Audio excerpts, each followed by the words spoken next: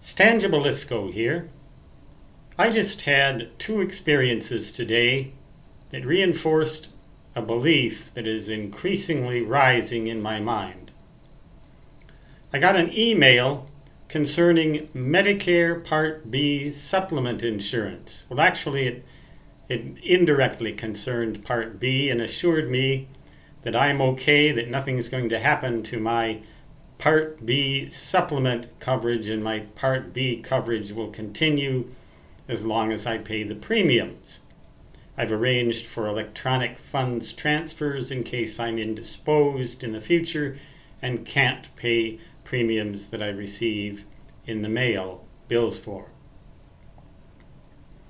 Also, I had a little bit of a consultation with a future appointment concerning a chronic foot problem known as Charcot foot, C-H-A-R-C-O-T, and I guess the C technically probably has one of those little hooks on it. It's a French name. Look it up. Charcot foot. No fun. But anyway, this doesn't really concern me personally, but it may concern an awful lot of you in regards to Medicare and the future of Medicare, and ultimately Social Security as well. We live in a society which at the moment appears headed towards something approaching fascism. I'm not going to go into politics because I don't want to go there. This isn't what this site is about. But I think it is about and should concern anyone who has anything to do with getting old and the way that society will treat old people in the future. The email contained acronyms and abbreviations, which of course were not identified by what they mean, and so we're left in the dark. The consultation was inconsistent with what had been the phone consultation for my future appointment was inconsistent with what had been said in the past. Everything seems designed to be confusing, and in addition to that, as I grow old, my mind isn't getting any sharper. The benzodiazepine that they managed to hook me on has not made things any better. The ultimate goal of all this, the big pharma, medical establishment, industrial complex, I am beginning to become cynical about and believe that some of those in power have in mind the ultimate goal of leaving old people out to die, out to dry, starve to death, freeze in the dark.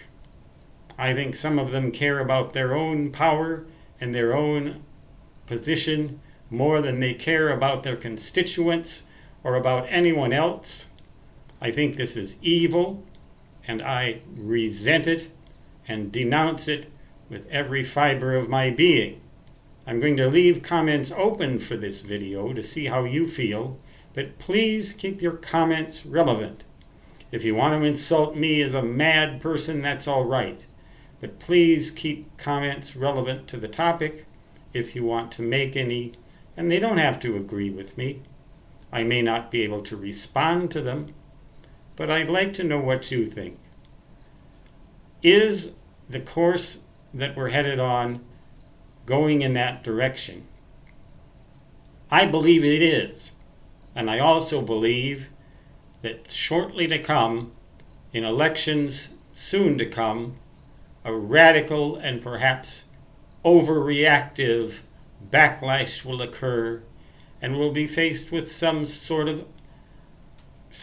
other sort of horrible politicians in office. Something happens, I believe, to a person when they get elected to political office and attain, quote, power, unquote. They forget that they're supposed to serve the people, and some metamorphosis occurs in their body, mind, and spirit, which transforms them into a being that thinks that the world owes them everything, and that they do not exist to serve their constituents. That may have been true in Stalinist Russia, or fascist Germany and fascist Italy about close to a century ago.